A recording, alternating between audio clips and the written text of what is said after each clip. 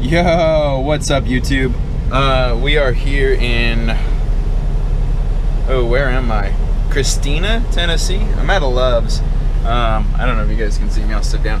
Anyway, freaking pulled in, grabbed a spot, took a break. Just actually uploaded my second YouTube video. 3 subscribers still. What up? Went in, used the restroom, come back out, grab a drink and something to eat, and freaking hit the brakes and go to leave. Excuse me. And I pull out, and I'm pulling out, and I like hear something, and I'm like, man, like that sound, like, is something going on with my blower motor? Because my AC is running. It is 99. It actually went down a degree. It was just 100 degrees. Anyway, it's damn near 100 degrees here, and so I've got my AC cranked up, and damn, some people. Homeboy Crete is backing in, and this jack wagon's gonna blow around him. Don't do that. If you're new to trucking, don't. Just be patient. Let the guy park and then go around him. It's much safer. You don't want to knock mirrors or hoods or nothing. Anyway, freaking, so I released my brake, so I'm gonna release my brake right now for you. And it's just pissing air. Right? Watch these gauges just drop.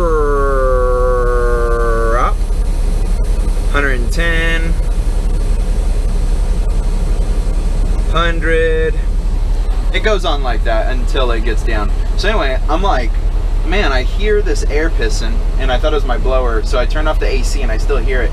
And I was like, no, I got an air leak. Like one of my lines just must have busted or something. So yeah, here's our, here we are, 195. It's continually going down. Anyway, what's going on is one of my brake chambers just gave out. It happens, stuff randomly breaks. So I gotta hop under there, pull this brake chamber off. Luckily I'm at a Love's and not like a rest area, or else I'd be screwed. So I'm gonna get under there, change that, and you guys, I don't know if you can still hear it kind of pissing. And then it stops. Anyway, so yeah, I heard that, recognized I got an air leak, pulled back around, grabbed a spot, and the whole time I'm like backing up, I could feel the truck just like easily stop because one of the brakes is still engaged, or you know, trying to engage or whatnot. So yeah, I'm gonna cage that brake, remove that brake chamber, and then get on down the road. Kind of sucks, but as an owner operator, you got to do this side of the road or truck stop repairs. I've pulled into truck stops many a time at night and parked, you know, drop the trailer, bobtailed under a bright light, pop the hood, freaking take 3 or 4 hours to pull an engine apart and then put it back together. Not the full engine, not like cylinder head, valve cover off and everything, but I had to replace a bracket that holds my AC compressor, alternator, and down to the water pump, and I had to pull that off and put a new one on, or try and drill out some bolts. Anyway, long story short, as an owner operator in a used truck, you're gonna spend a few nights working on stuff. That's not the only time. I've done electrical repairs like late into like 2 a.m., 3 a.m. So this is one. It just sucks. It's a 100-degree day. Put on a long sleeve, as you can tell, because I'm gonna have to crawl under the back. Unfortunately, it's the brake chamber right by my freaking exhaust, so I can't leave the truck running with the AC on. I gotta shut that off so I'm not breathing hot exhaust on my face. And well, no time like the present. I better get to it, so I will catch you guys later. Maybe I'll film it, maybe I won't. Other than that, yeah, thanks, later.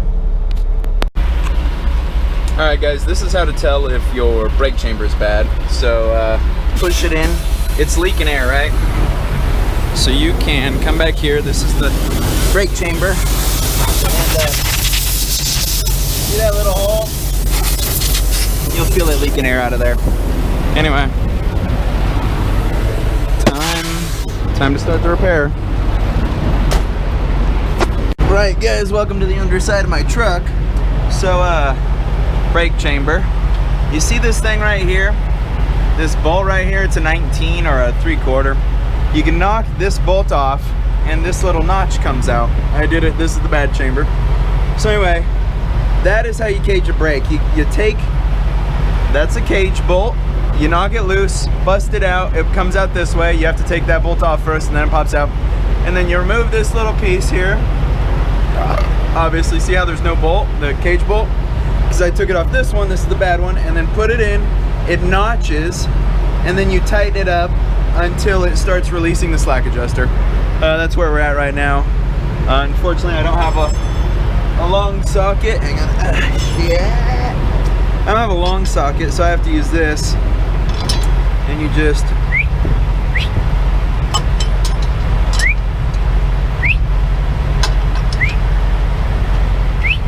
Alright, so anyway, yeah, that's where we're at right now. We're caging the brake. Alright folks, after you cage the brake chamber, these are your airlines. Service brake and emergency brake or parking brake. So this one supplies air from the knob, and this one supplies air from the pedal, I believe. The front one's the service and the rear one's the parking. Or vice versa, don't trust me on that. But I do know those are your airlines, so you take those off. Then back here is the rod, the push rod. Maybe there's a different name for that. Anyway, and the slack adjuster. Slack adjuster? Why does that not sound right? S-cam? No, slack adjuster. That's the slack adjuster. Jeez, S-cam's over there that we can't see right now. Anyway, down here, there's a little cotter pin. I don't know if you can see it. Sorry if it's super dark. You clamp the cotter pin, and then you push it out, and then you push this rod out, and this thing will be loose, and then we need to remove these two bolts to get the chamber out. So I'm gonna go ahead and do that. I'm gonna remove the cotter pin that is back here where my finger is. I'm gonna push this pin out towards us at the camera, and then I'm gonna, so this will be loose, the push rod will be loose, and then I'm gonna loosen these two bolts, and the chamber will be free. The chamber won't be free. The chamber's probably gonna be like 300 bucks because I'm out of freaking Loves. All right, guys, there it is. Brake chamber's off. The bolts went right in here. There's like a groove. One up here. Anyway, bolts went right in here. This adjusted to the slack adjuster, and it's caged. So now we're gonna go buy a new one from Love's and see how crazy expensive it is compared to if we bought it at our buddy Davis's Peterbilt shop. All right, guys, check this out. So this is a long stroke. This is already caged. This is the new part. This is the old part that was already on my truck. So I went over there to the Love's guys and was like, yo, I need a new one. I don't know if it's long stroke or short stroke. And the gentleman Rick here at the Christina Love's was super freaking cool. He was like, all right, man, you got a long stroke. The way you tell is the square is long stroke. Round right here, this part right here, if it's square, it's long stroke. If it's round, it's short stroke. So I have the long stroke. And then he was like, man, since you already caged it, that spring in here is compressed. You can loosen these up, and you could have left this on your truck. And I was like, damn, because those bolts were pretty hard, and so was the cotter pin. It was all messed up and hard to get under, or out of, or undone. Anyway, he was like, no worries, man. You wanna buy a whole new one and then cut the rod and redo this, or do you want to just buy the piggyback and attach it to your old piece? And because the rubber part that goes bad is in here. And I was like, all right, I will buy the piggyback and do it that way. He was like, cool deal, man. So he freaking helped me undo this and was like, yeah, you don't have to cut the rod, because when you buy a whole new one, the rod's like way out here, and then you grind it off and cut it down and put this piece back on. Anyway, so I'm gonna reattach this and button it back up, go buy those guys a drink for helping me out, and get out of here. Also, isn't that disgusting? I have no idea what that is, but it's disgusting. All right, time to get out of here. All right, thanks for watching, and I'll show you the finished product when I'm done. All right, YouTube, I just want to show you something. Here's the bill. It was actually only $76.81 for that piggyback long stroke. I'm sure you guys can't tell what that says. Anyway, yeah, 30-30 piggyback long stroke, $76.81, 69 bucks.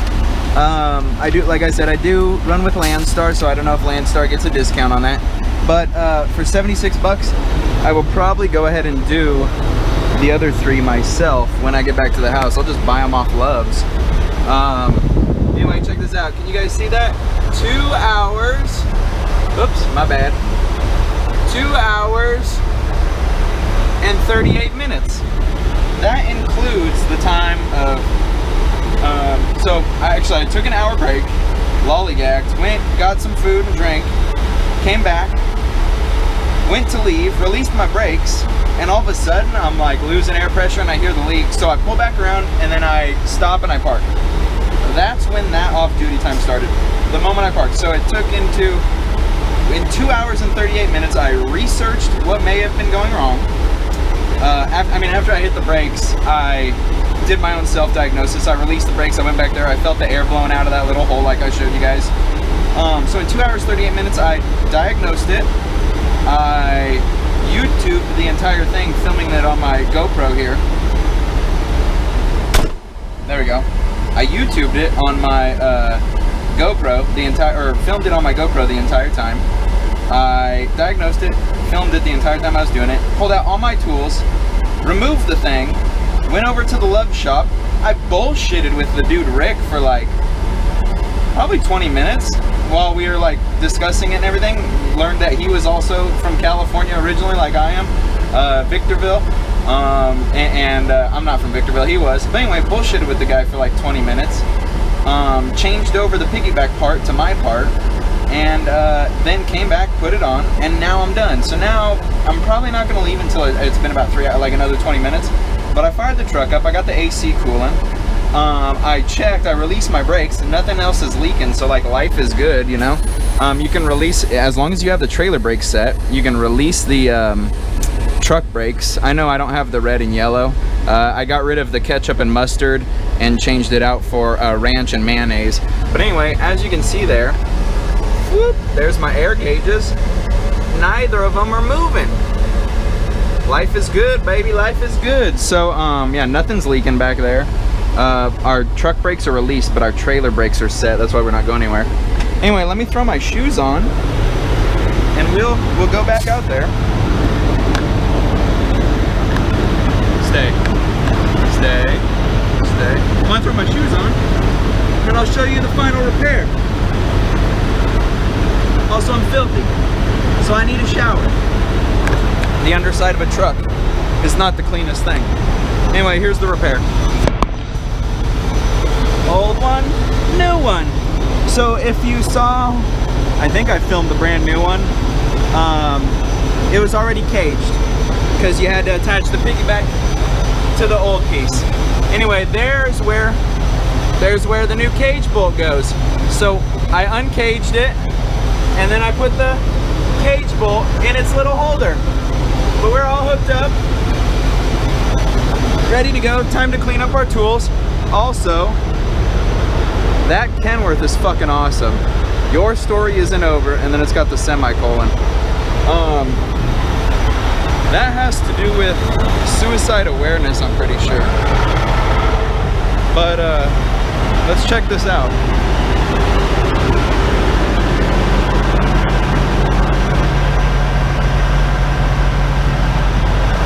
Jeff Foster.